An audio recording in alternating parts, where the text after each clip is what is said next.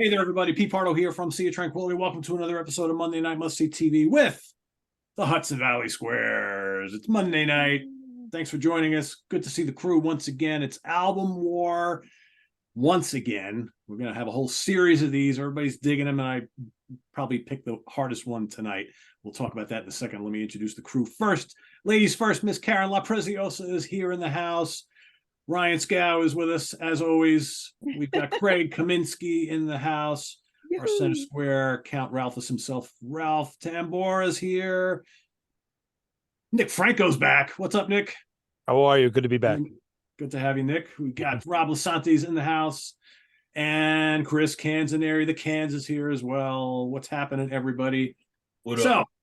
Album Wars. Once again, I decided the last episode we did classic first albums, debut albums. Well, let's go to classic second albums. I picked out some doozies here. We're putting them all up against each other. Led Zeppelin II. Some of you may know that album. Black Sabbath Paranoid. A couple memorable songs on there. Sad Wings of Destiny by some obscure band named Judas Priest. And to round off the 70s, Overkill by Motorhead from a guy from Hawkwind, right? That's the four albums. We've all been thinking about them for the last 2 weeks, trying to put them in order of preference. We're going to put them all up against each other. We're going to keep score. We're going to declare a winner at the end of the episode. Miss Karen, you're going to start us off tonight. What's the order that you prefer? Start with number 4. I'm doing 4, 3, 2, 1, like we did last week. Yep. All right. Number 4 was not hard for me. It's Zeppelin II. I only because I like it the least out of all the other records that we're speaking about. But when I went to revisit it, oh my God, I couldn't listen to the whole thing. I couldn't even get through 2 songs at once. I don't know what happened. I think radio really ruined this record for me because I remember I loved it, but I just could not. I feel like I'm ashamed of myself because it's a good record. I just couldn't get through it. So that was number 4. Number 3, this is one I had a very, very, very difficult time with, and I'm still struggling. I'm going to have to say Overkill from Motorhead, only because I really love Metropolis. Limb from Limb is my favorite song on that record, and I really, really dig that slow bluesy sound, and it's just so dirty. All those great songs, but Sad Wings of Destiny kind of nudged it out for me. I know there's some clunkers on there. There's only a couple that I don't like. Island of Domination's got Rob Halford doing his Liza Minnelli kind of, It's a classic. It's not my favorite. And Epitaph they are trying to get their Queen moments in. However, that being said, the rest of the album is so good. Those songs, I just love them, and I just get such a great feeling listening to them, as opposed to like Motorhead, which I'm so surprised that I'm even saying that, because I mean, I have a revolving top 5 and these records are all in there. But Victim of Changes, The Ripper, Dream Deceiver, Tyrant, Genocide, those are great songs. Halford is great. The riffs are great. It's perfect. It's perfect hard rock heavy metal for me right there. And then there's number 1. It's Black Sabbath Paranoid, my favorite album of all time. Favorite song of all time, War Pigs. The lyrics are amazing. That groove, that drum sound. I don't think Bill Ward ever sounded as good on any other record than on Paranoid. The drum sound is just so jazzy, and it's so cool and soft when it needs to be, and then bombastic when it needs to be. Geezer's lyrics are great. It's groovy. I mean, the Ionic Pentecost, we don't have to go into those riffs. Ozzy's melodies are great. It's a perfect record for me. Paranoid wins, hands down. Okay, gentlemen, get on with your business. I'm done over here. Karen laying down the law. All right. Oh yeah. We're coming down. All right, Mr. Scow, how voteth you? Well, I got to be honest. I've been on this couple episodes of this show, Hudson Valley Squares, and of all the assignments you're given, this one was by far the toughest. This was up until 5 minutes ago, and even still, I was fucking struggling. So I'll start at the top. Number 4 was the only one that was pretty easy. Still a great album, but it doesn't have it doesn't have the same impact on me as the other one. So it's a great album and 3 albums that are, like Karen said, in my rotating top 10, 15 of all time, just fucking timeless. So number 4 is going to be Led Zeppelin II. And I had the same reaction as Karen. Now, I did get through the album. I do like it, but it was one of those albums when I go back and listen to it, it's almost like the first Boston album or some Van Halen albums. You're like, man, like almost every fucking song on this thing was like a big radio hit, with few exceptions. Like not everyone, but for the most part, this album, more often than not, got a lot of FM radio play. And I think the same thing that's true of this album is true of all these 4 albums. These are albums that really like solidify these bands, and like they're all legendary, super famous, beloved bands. And these albums are a big reason why. One of the cases, I think it's probably their most famous album, but for all 4 of them, like these are really like with these bands really like, all right, start to step it up big time. And that's definitely true of Led Zeppelin too. Obviously Whole Lotta Love, they played the shit out of that, but it's a great song. What Is and What Should Ever Be, the Lemon Song, Moby Dick, Ramble On's fucking great. I know me and Nick were talking about that earlier. Yeah, great album. But when I was getting into music, I bought Led Zeppelin 4, obviously like the album that sold 80 zillion copies. Great. And it's still my favorite Zeppelin album. And I didn't buy another Zeppelin album for a little while. That's just one of those things where you don't have a shit ton of money when you're young. So you get what you can. And it just worked out that it was a couple of years before I got another Zeppelin album. So that one has that place in my heart. And these other ones are kind of like, I appreciate them. I love them. I got all of them now, but it's not, it's not what you're listening to when you're 16 and 17, and it kind of like embeds itself on your fucking soul. So I didn't get this album. I didn't get Led Zeppelin 2 until I think it might have been like around 30 or so, like a couple of years later. So as good as it is, as much as I love it, it's not the same, and that's just a personal thing. Nothing against the album itself, but number 4 is Led Zeppelin 2. So the more I thought about it, I thought number 1 was going to be, I came down to a number 1. All right, I settled that. But number 2 and 3, man, I don't know. Up until like a minute ago, I was struggling. So, fuck. Well, I got the shirt on, but I'm going to say my number 3 is Overkill by Motorhead. So they come out with On Parole, which is not really, kind of an unofficial album. Doesn't get sidelined, different lineup, whatever. We don't count that one. First Motorhead album, very good. Title track, cool. But this album is really, to me, where they came into their own. Like when you think of Motorhead, Overkill is kind of like where that legend starts. There's a CD, and of course, great vinyl. One of the best covers with Snaggletooth on it. Sometimes my favorite Snaggletooth artwork. This kind of goes back and forth between this and Orgasmatron, but on some days it's this one. Oh, all the time. And everything. Yeah, just fucking legendary. This really sells you what the music's gonna be. I'll be honest, every single song on this album is there's no like, okay, this is the highlight, and this is like, all right, this is a good song, but the next song's better. I tell you, every single song on this album's classic. So I would just end up reading the track list to pick highlights. What I do like, and Karen mentioned it too, is they do songs like Capricorn and Metropolis on this album, like these slow bluesy, and they would touch on that at later points in their career, but never really as much. Like they didn't explore that angle too much going forward. They kind of got a little faster and heavier. By the time they got the Ace of Spades, Iron Fist, they really didn't have a lot of songs like that, those two, which I always, kind of suck. I always liked that side of them. And not to say they didn't have slow songs, but obviously Overkill with those fucking double kick drums from Filthy, absolutely beastly. One of the first, like you want to say, one of the songs that like invented thrash metal. There you go. Just fucking brilliant. The production on this sounds great. Damage Case, yeah, I could talk about this album until the fucking sun comes back up. But I'll move on to number 2. And I went with Priest. And I tell you what, there are days, many days, when this is my favorite Judas Priest album. Rock and Roll was cool, but it's like more of a 70s album. It's got that psychedelic, smoky kind of it's more of the time it came out of. This in 76, this was like a fucking shot across the bow. The riffing was way different. It was much more intense. Like to me, this is one of the albums where if you trace back the history of heavy metal to like its birth, There's a few albums that really stand out, like Machine Heads, obviously, first one, a couple early Sabbath albums, Rising by Rainbow. But man, right at the top of that list is this album too. There really was like the Ripper, obviously Dreamer, Deceiver, and Deceiver, the back to back, Genocide, Tyrant, Island of Domination. Like there really was nothing like that. The songwriting is perfect.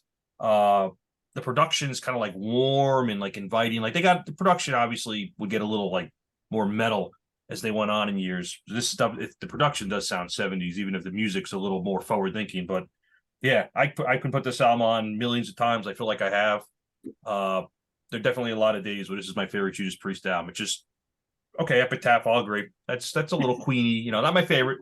I'm not gonna say I skip it, but not the best song. But yeah, great fucking album. But number one, the more I thought about it, and it had to be this fucking album, Paranoid. This was one of the first albums I ever got. When I really gave this some thought, I'm like, this was the first 70s album I ever bought, rock, metal, prog, whatever, when I was, teenager in the 90s, being a little bit younger. This was the album. I picked it up. I think it was one of the first 5 or 6 albums I ever bought, period. I got into like Metallica, Slayer was the first, obviously Iron Maiden, who I love.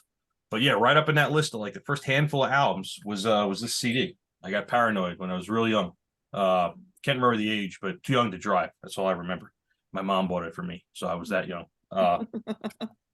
Yeah, I've listened to this album about 85 billion times conservatively, and it's never even lost like a hint of luster. Every single time I hear that intro to War Pigs, I'm like, oh, fuck, amazing, perfect.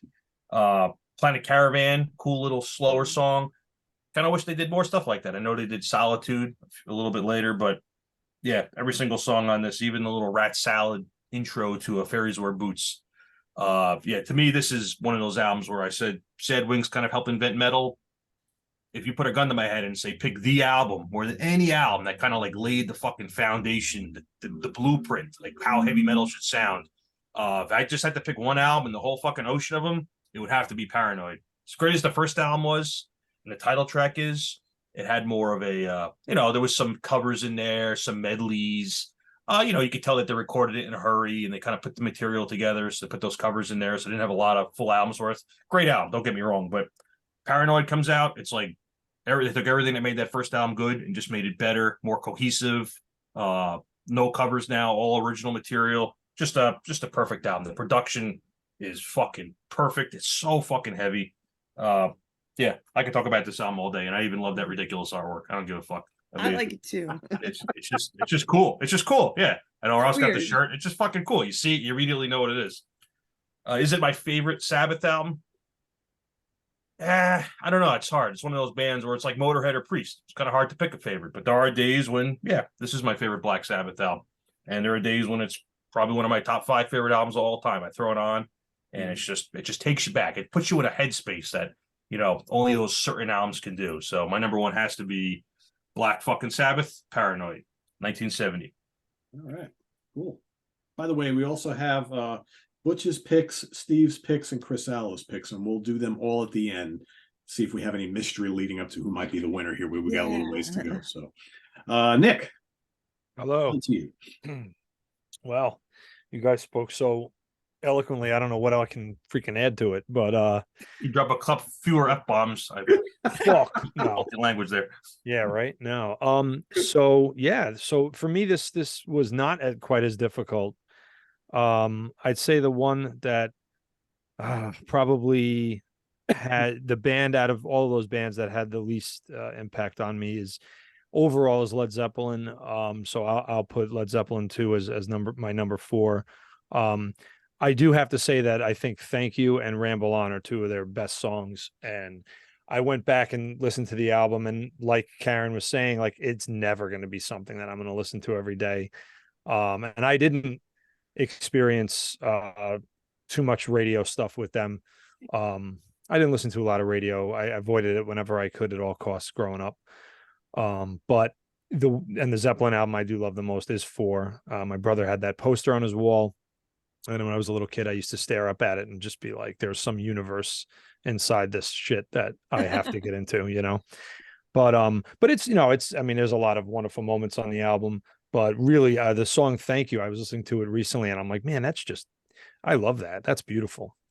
And I didn't really listen to that song a lot over the years, but "Ramble On" is such a great song that it's probably the best song on the album for me. But other than that, yeah, Led Zeppelin II doesn't have the biggest impact on me. So moving on from that, now it does get, actually it is pretty difficult. I'm gonna go with Judas Priest next.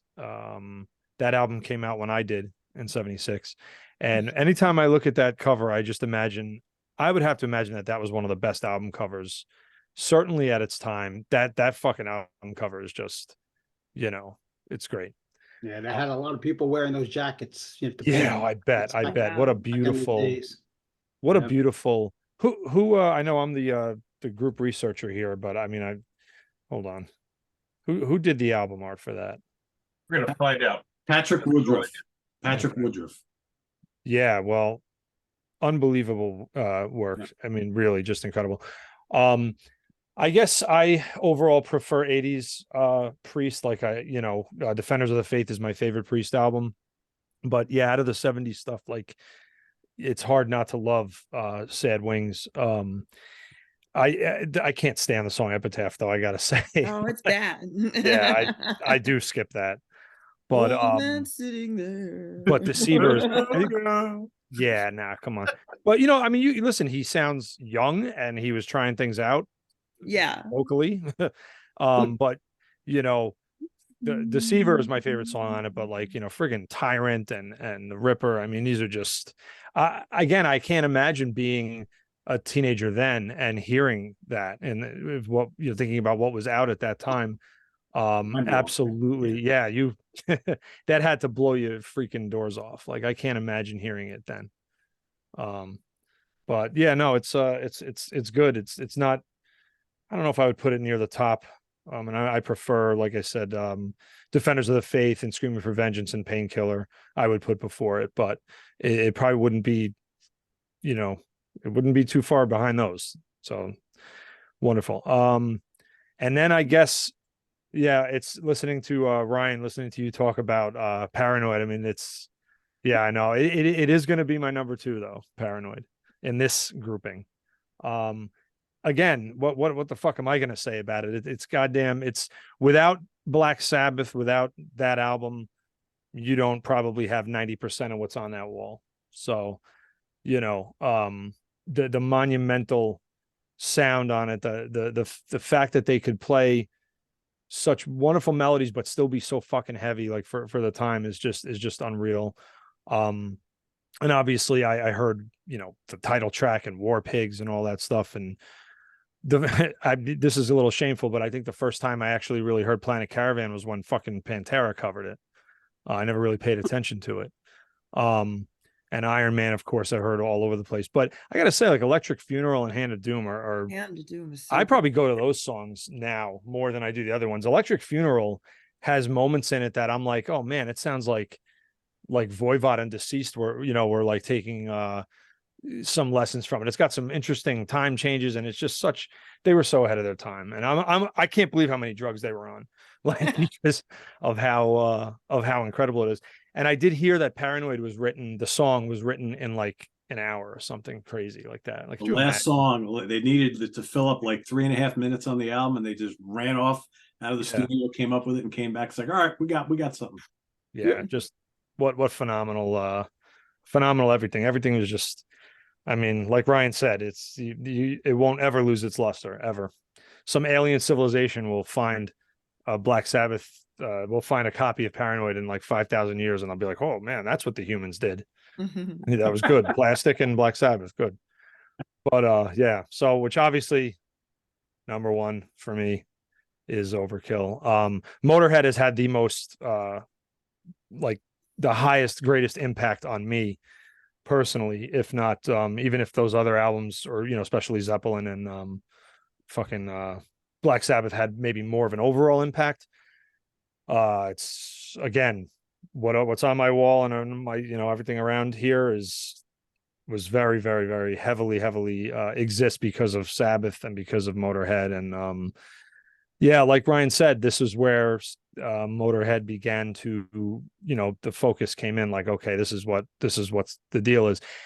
And yeah, I mean, I love Capricorn, Damage Case. I mean, come on, Metropolis, Tear You Down, Limb from Limb. Everything on here is amazing. But the song Overkill itself, I mean, Jesus fucking wept. Could you imagine? Like, god damn. There's bands that spend their whole career trying to sound that heavy and that good, and it still sounds fucking outstanding. So, Let Me Till I Die, Motorhead is my favorite. All right. Only way to feel the noise is when it's good and loud. Yeah. What a great record. Correct. All right, let's move over to our center square. Ralph. What do All you got? right, I got to start off by saying I love all four of these albums. This was really hard. I listened to all four of them. I listened to like 5 times since you gave us the assignment, and it just kept changing. And my 3 and 4 kept changing with each other, and my 1 and 2.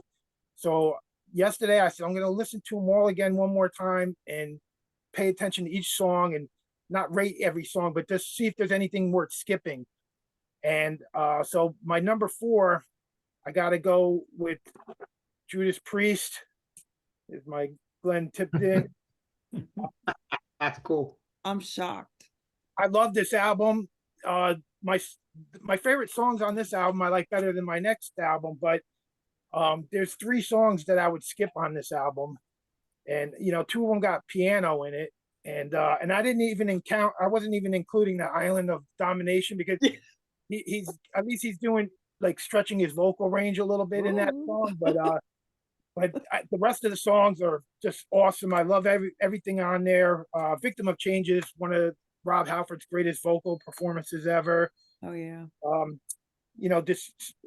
Deceiver, The Ripper, Tyrant, and Genocide, they're all just absolute classics. They all stayed in their show for years and years. And then so for my number 2, when I was a kid, all the stoners all hung out with each other, and it was like the kid whose parents were cool and let everybody come over there to party. They were Deadheads, so we were always stuck. All the metalheads were stuck listening to all the Deadhead music all the time, and we used to complain and stuff like, "Come on, put on some like Zeppelin or Hendrix." Whenever they would go to that stuff, then we would be all happy and we wouldn't complain as much, But the Dead, we just listened to them way too much. That's all they cared about. They didn't go to any concerts. All their favorite bands were all Dead, so they'd go to the Dead like 10 times a year. But anyway, that's where I would hear Led Zeppelin II and be like happy and realize how great it is. And when I went through them, there was no songs to skip on this album. I think Heartbreaker is one of my favorite Zeppelin songs, and the way it goes into Living, Loving, Made, but that snarling bass sound in Heartbreaker is just amazing. It was so cool and heavy for back then, 1969, Yeah, I got my original gatefold. And then I got this oh shit, I don't think you're gonna be able to see it. It's a little Led Zeppelin 2 Matchbox van. What? I think That's cool. What? Look at this. We got two Zeppelin vans Fucking here. wacky races here. What the fuck? Oh yeah. Oh. Cool. I got a Led Zeppelin 3, which is like an ice cream truck or something, but I can never compete with That fucking got Captain Caveman in it or At least something. you had one, Rob. At least you had one. they would stick all the groupies in these, and these would travel behind the buses on tour. But oh yeah, so okay, so now the same thing again with number 1 and number 2. This was so friggin' hard. I was looking at it again in a way where is there anything I would skip? And the only song on both of these albums that I would skip, it's a cool song, but I'm just tired of it. And it's not Iron Man or Paranoid, which I heard a million times. I still love hearing them over and over. But Plant Caravan, it's the light part to the heavier part, and it gives the other songs more weight or whatever. And it's a great song, but it's now when I listen, it's the one song I would skip. So I got my big deluxe box of this. I got the original album of it too, but yeah, I'm gonna have to go with that as number 2. And then number 1, no songs worth skipping on this album. This is fucking classic. This was a game changer when it came out. It set it's the next step on the levels, like I was saying, of heaviness. When this album came out, that was another step on that ladder leading up to the really heavy stuff. But this is just unbelievable. I mean, the song Overkill, that changed. That was the game changer for playing the drums that way. Stay Clean, No Class, Capricorn, Metropolis, everything else. There's nothing worth skipping on this. I got a tattoo for Motorhead on this arm, and I got my Sabbath tattoo on this arm, but I got to go with Motorhead. Right. Come to the gun show. Yeah, right. Album's over here. This is getting interesting. Holy cow! That's Yeah. I knew this was going to be difficult. There's none of these are bad albums. Like, No, you can put No, any order. yeah, let's make that clear. Totally valid. It's No. totally valid. All right, Craig, are you going to upset the apple cart here? Because we got a dead heat for number one so far, but we're only I don't know. I'm just waiting for the comments that are going to be like, "Oh, I can't believe you put that one at number 4." Oh, I can't It's wait. like, well, they're all classics, I mean, Right. somebody's got to come in at number 4.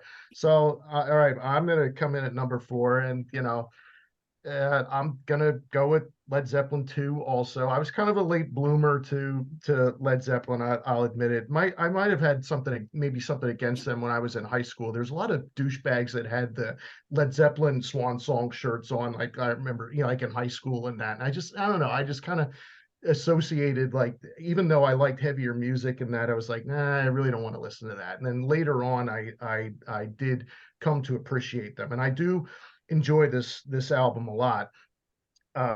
Moby Dick's not my favorite because I just don't want to hear, like, I don't care to hear like the drum solos and things like that. And I'll be honest, I love the Dread Zeppelin version of Heartbreaker called Heartbreaker at the End of Lonely Street, because it combines Heartbreaker and Heartbreak Hotel by the King. So I do love that version. But What Is and What Shall Never Be, Ramble On, Bring It On Home is a really, really cool song. Once that kicks in and that Right. riff comes in, that's a really fun bluesy rocker. So somebody's got to come in at number 4. So it's Zeppelin. My number 3, I'm going with Judas Priest, and that's only because I prefer the live versions of all the songs. And it's one of those where for me as a listener, it's kind of like, what if they had Les Binks drumming on that album? Because the drumming is kind of stiff and very clinical sounding, and it's just when you hear those songs on Unleashed in the East, they have so much more groove and power from Les Binks. So but needless to say, I do love the album. I agree about Epitaph too. I usually skip that one if it comes up on random. It's like, go to the end of that. But Ripper and Victim of Changes and Deceiver, and great songs. I do love hearing those, and the album cover is awesome as well.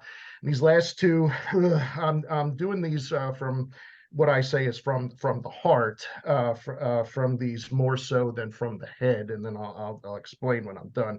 But number 2, I went with Overkill, and that's because I love this album too, and I've come to appreciate more also of the deeper tracks on this that are not as common on the 10,000 Motorhead live albums that are out, because and I prefer the live versions of any live version of Metropolis over the studio version, because it's just got more pep in the step to it. But Tear You Down and Limb from Limb is so awesome. No Class, I mean, it's like just 2.5 minutes of perfection. No matter what, whenever that song comes on, it just you get fired up to that. And even fun songs like I Won't Pay Your Price and I'll Be Your Sister, just with that cool bass intro with that, such a fun song.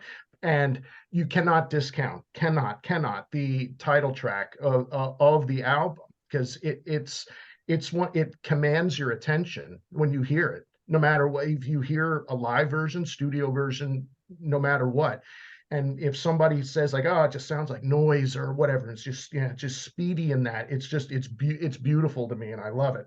So that's my number 2. But I had to go with Paranoid as my number 1 because this was it's the tapestry, makes the tapestry of what you are, at least me, and maybe with some of you guys too. This was the first album that my brother had this on cassette, and so I would borrow it and listen to it on the school bus, all the time in 5th grade. It's just funny. I think about this. It's like in 5th grade, I'm listening to songs that say, push the needle in, and, and things like that. But, but there I was listening to this and loving it. And just the groovy jazziness of still, that was still there, for the first couple albums of songs like, with Fairies Wear Boots. And, I still love hearing the title track. I know Pete's tired of it, but I still really enjoy hearing that. And the cassette, actually, incidentally, that my brother had, he had he must have bought a delete copy of it from like a disc from like the discount bins. It was on NEMS. It was a foreign version, so side 2 was listed as side 1. So to this day, I always associate Electric Funeral being the first song on the album, even though it's not. So it's like, just from hearing that as a kid, it would, I put it on at the, on my bus ride, and Electric Funeral was always the first song that I would hear. So to this, even though now I know that it's different. And as Ralph said with Planet Caravan, I used to always hate that one, when I was a kid, because it was like, nah, it's not heavy and it's kind of mellow. I do kind of appreciate it now when it does pop up. Paranoid's not my favorite Sabbath album. I would probably still go with the next one, Master of Reality, is my personal favorite. But just in the overall strength of things, I could not pick Paranoid. However, if knowing how I listen to now, I mean, if Karen came up to me with Paranoid and Overkill and say, here, do you want to listen to one of these? I would probably pick Overkill because of the repetitiveness that I've heard the Sabbath songs like so many times, and I would prefer to listen to Overkill, which has more of the deeper tracks on it. But again, as an overall, what it's meant to me in my life and my enjoyment of listening to heavy music, I have to pick Paranoid as my favorite among these 4. All right. Cool. All right. Paranoid takes the lead. Cans, are you going to break the lead or tie it, or what are we going to do here? I don't know. Now I'm nervous. No pressure. No pressure. Not at all. No pressure. Anyway, yeah, this is an impossible task. Thanks. Thanks, Pete. I've listened to all of these albums except for one, and it might be in my number 1 is the one I've listened to the least. But in the 4th slot, I've got Led Zeppelin. It's one of the first albums I ever got. I have heard every song on it 671,000 times. Every 4 or 5 years, I do like I'm going to get back, I could do like a reappreciation of Zeppelin, and I'll like get How the West Was Won going, because I haven't listened to that a lot. I'm like, I got to go back and check these albums out. And this is one I don't go back and check out.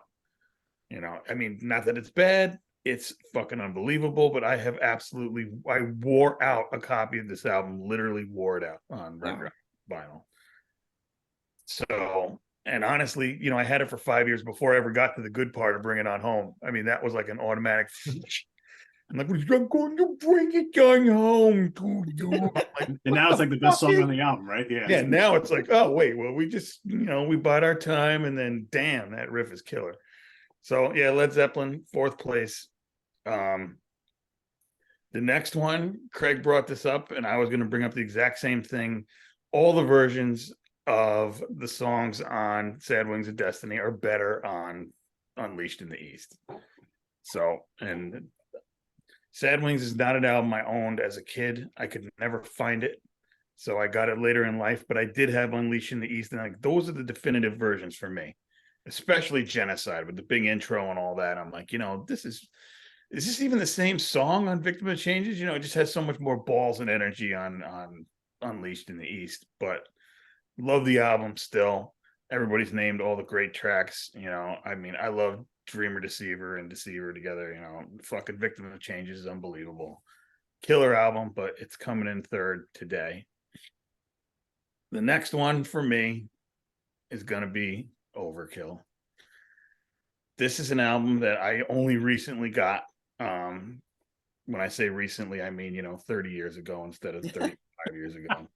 But for a long time, the only Motorhead album I had was this live album called What's Wordsworth, which was really, really poorly recorded. Such a low level, it's like, and I've since listened, I think they remastered it or they did something. And I mean, it's blazing. It's really good. But the copy I had was so freaking muted and nasty. Like, I'm just like, these guys aren't heavy. What are you talking about? And it didn't get into my head. And then when I heard Overkill, I'm like, oh, wait, this is what everybody's talking about. And just, when that whole double bass is coming in the title track and you're just like, oh, and Lemmy's bass tone was just so unique then, nobody else sounded like that. He's way higher up in the mix. You could really hear him playing. That shit blew me away. And it's got I'll Be Your Sister is my second favorite Motorhead tune. So it's like, this album kills. It's my favorite Motorhead album for sure. But fucking Paranoid. When I was a kid, I searched for this album for weeks. I had heard like part of War Pigs from somebody. I don't know where I heard it, or somebody played it. I'm like, what was that? And somebody told me, and I didn't know what album it was on, and they didn't know either. We were little kids, I was probably in 8th grade. And I looked and looked. I had the money, could not find it. I finally found it. And you remember Markers, Pete? Mm-hmm. They had that cage in the back. She had the record. You couldn't take them out of the cage. She had to unlock it. So you're flipping through this locked cage, and there's a big padlock on it. And I'm like, there it is. There it is. But you got to get back here and get Holy Grail. Unlock this shit and sell it to me now. And she hated kids. The lady who ran this store was like, "You wait a minute. Do you have the money?" And I'm like, "I got it right here. Give me it." I'm paranoid. Mine now. So he cracked it open. I got it home. It was everything I dreamed of. I'm like, right oh my on. God, this is so good. And I mean, I already had Blizzard of Oz. I already knew about Ozzy and whatever. And I'm like, this is different. This is better. This is like something, Oh yeah. like this is a discovery I made. Because nobody at the time, well, I'm sure you had it, Pete, but I wasn't, around you during those few weeks when this all went down. And I was like, man, this is so good. And it's just such a great memory and such a great album. And I love it to this day. So Paranoid's got to be my number one. I will tell you, Chris, I drove that lady crazy throughout the 70s when I went there every weekend to buy comic books. Oh, she hated kids. Have a display with like 75 comic books just sitting there for you to pick up. I'm like, put that down.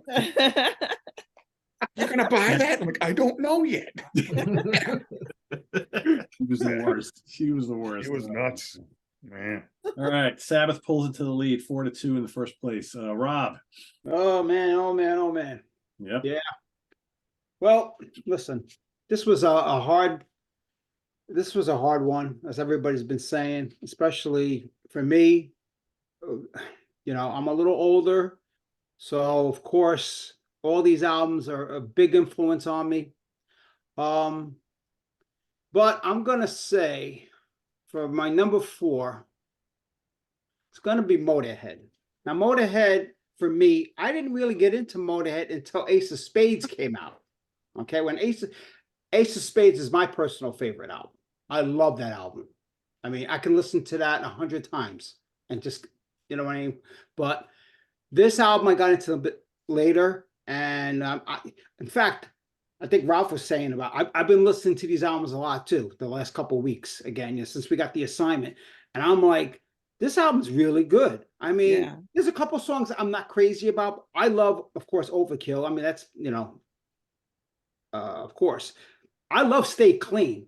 I just love Lemmy's voice on that song. I love it. I just love it. And Damage Case, Tear You Down, Limb from Limb is a great song too. I love that song. So I'm going with number 4, Motorhead. Now this one's probably going to surprise a lot of you. A lot of you. Number 3. Wow. What? Yep. What? I Coming know. from you, I am surprised. No, I thought Yeah, that was well, number You one. tattooed them on I your gotta body. say, these two guys here said exactly what I was gonna say. Craig and Chris Oh, about Priests.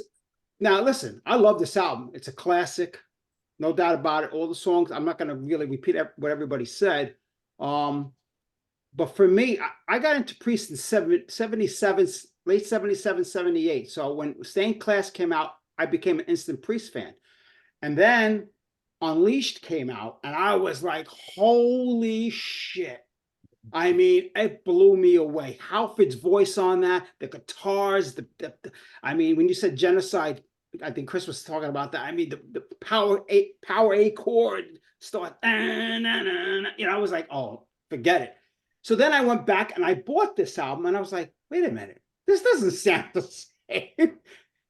You guys was talking about it. It was not heavy, and I was getting into that heavy. I was already into the heavy music. So I love this album. Don't get me, and I actually like Island of Domination. I like the piano. Now that I'm older, I guess maybe I can do it, and I also I love Dreamer Deceiver. To me, Yes. is one of the best songs he ever did on an album, ever. I mean, his vocal range is unbelievable. I wish he could do a song. He can't do that anymore. He's 72 years old. He's not doing that anymore. But I mean, back then, he was that's how I got into to Priest. I mean, just his voice alone. So Priest comes in at number 3 for me. Number 2. Zeppelin for me, okay, is a band that I've been into since this came out. 1969, I was 7 years old. I got into music very early in my life, in the 60s. And yes, it was on the radio. You heard it on the radio and stuff like that. But I also hung out with older people in school and stuff. So a lot of people got me into different, music. So I was really I got into this very early. We used to, when I was in school, they used to have in the library, they had records and stuff, and you were able to listen to them like on break or whatever. And that's how I got into this too a lot, and then I mean, but every song on here I love. There's not one song I don't like on Zeppelin II. It's my favorite Zeppelin album personally. That's my personal preference. I just love Zeppelin II because Zeppelin 1 was a lot more, it had more blues stuff on it and everything. But when this came out, this was more of their stuff. Yeah, they do a cover, right? But I mean, whole lot of love. Bring It On Home, you guys were talking about. I mean, and Thank You. I think Nick mentioned Thank You. It's one of the most beautiful songs I've ever heard in my life. I actually, part of the, part of it is it was at my wedding. Thank you. That was part of my wedding. No, I'm not gonna get it. I want to get all mushy now. But anyway, yeah. So Zeppelin 2 comes in too. And of course, number 1 album of all time. Without Black Sabbath, I wouldn't be sitting here with you tonight. That's how I look at it. I would not be on this show. I would not be in the metal without Black Sabbath. Black Sabbath got me into metal. I was 10 years old when I first heard Black Sabbath. And I was like, what is this? What, me and Nick have something in common. We always talk about, the darkness and stuff. And that's how I was back in those days, especially with Vietnam going on and everything. Everybody's, it's a flower children, everything was going on, not with Sabbath, because they were talking about the war pigs. And when I first heard that song, that riff, as soon as I heard it, I knew I said, this is something I don't think I'm ever gonna look back at, and just say, it changed me. It changed me. It just changed my whole outlook on music. And it was the led me to everything else that I listened to later on. Gateway. Whether it be sure. Overkill, Priest, Maiden, all those bands. This was the, lay down the foundation. Somebody said that. I think it was Ryan, right? It laid down the foundation for everything that we know about metal today. And there's not, like Craig said, It's probably not my favorite Sabbath. Also Master Reality is my favorite album by Black Sabbath. That's my favorite. But this album, I mean, I think we had this on one of our shows, if you guys remember. Paranoid. I don't need to hear Paranoid. I've heard Paranoid so many times, probably a billion times, and it was one of the first songs I ever learned on guitar. It was easiest riff you can learn. So, but I mean, and I like Planet Caravan. I just love it. I love it now even more so. Yeah. I mean, Black Sabbath to me is, it's what metal was about for me in those days, and then of course I got into everything else later on in life. But I mean, without Black Sabbath, I don't think I'd be sitting here, like I said. So those are my picks. All right. Yeah, good one. I'll do mine, then we'll get the other folks and we'll tally it all up. So, as everybody said, this is really difficult, and there's not one of these four that I don't love a lot. So, putting one at number 4, it's like you hate to do it, but I think someone else said something's got to go there, right? Yeah. Something's got to go there, and I just think that, if I could only take 3 of these to an island and you got to make a choice, right? It pains me to make this choice, but for me, Motorhead is number 4. I love it. It's my favorite Motorhead album. It's pretty much just about a perfect album. We've talked about how great it is. It is. So that's my number 4. Number 3, it's not my favorite Zeppelin album. I do love it a lot. I prefer Physical Graffiti and Zeppelin 4 personally, but I still think this is a great album. Not a bad song on it. A couple of you have said Bring It On Home. Best song on the album. I also, when I first got into this 40 some odd years ago, I never made it that far in the album. So how cool is it, 30 years ago, to discover this great song that finishes the album that now is my favorite song on the album. It's one of the best closes, right? Yeah. Oh yeah. It's amazing. Amazing. And I hate harmonica, right? So that's probably what turned me off to it originally. But then, all of a sudden, that guitar riff, I'm like, whoa, wait a second, that's in that song? Yes, it is. Yes, it is. My number 3, love this album. It's a groundbreaking album. I would agree, though, the best versions of many of these songs are on Unleashed in the East, but it still doesn't take away how great the songs are on Sad Wings of Destiny. Awesome. Island of Domination, Dreamer, Deceiver, Tyrant, Genocide, Victim of Changes, Ripper. It's just great. Yeah. Epitaph is, but the rest of it is amazing. Amazing. And of course, number 1, this was the easiest one out of this entire foursome here. The album that changed my life in 1979, which was Paranoid. I told the story here a million times before. I went over to a buddy of mine, Dave Foglia's house after school one day. And he's like, I want you to hear this album I picked up at a flea market over the weekend. And I'm like, all right, whatever. I was, into Kiss at the time. That's really all I was listening to. And he pulled this thing out, and I'm like, what the hell is this funky looking Soldier? Black Sabbath? I don't know who the hell that is. He put this on his record player, and I was completely blown away. Completely blown away. We listened to it twice, one after another. And I said to him, I was like, I have $3 in my pocket. Will you let me buy this from you? He obviously was like, yeah, whatever, $3. He probably paid a dollar for it or something. So I went home with this album. It was the NEMS Records release of the album, and I played it to death. And all of a sudden, I didn't care about Kiss anymore, and this band became my absolute passion and the love of my life. And from there, I discovered Deep Purple and Judas Priest, and shortly thereafter Iron Maiden and Scorpions and Rainbow and all this other stuff that came afterwards. And to this day, for many years, this was my favorite album of all time. But that by the mid 80s, I had heard it enough. And, other albums by Black Sabbath became my favorites. Volume 4 was my favorite for many years, until just recently when I went and said that Master of Reality has overtaken Volume 4 is my favorite. But the most influential album for me personally, and probably one of the most influential albums of all time, is Paranoid, as far as heavy music goes. So. Right on. Amen. All right. Who's got Chris Allo's picks? Gee, I wonder what his favorite is. How many versions of it he would show? Yeah. Many. All of them. Chris's number 4 was Led Zeppelin II. Okay. Number 3 was Overkill.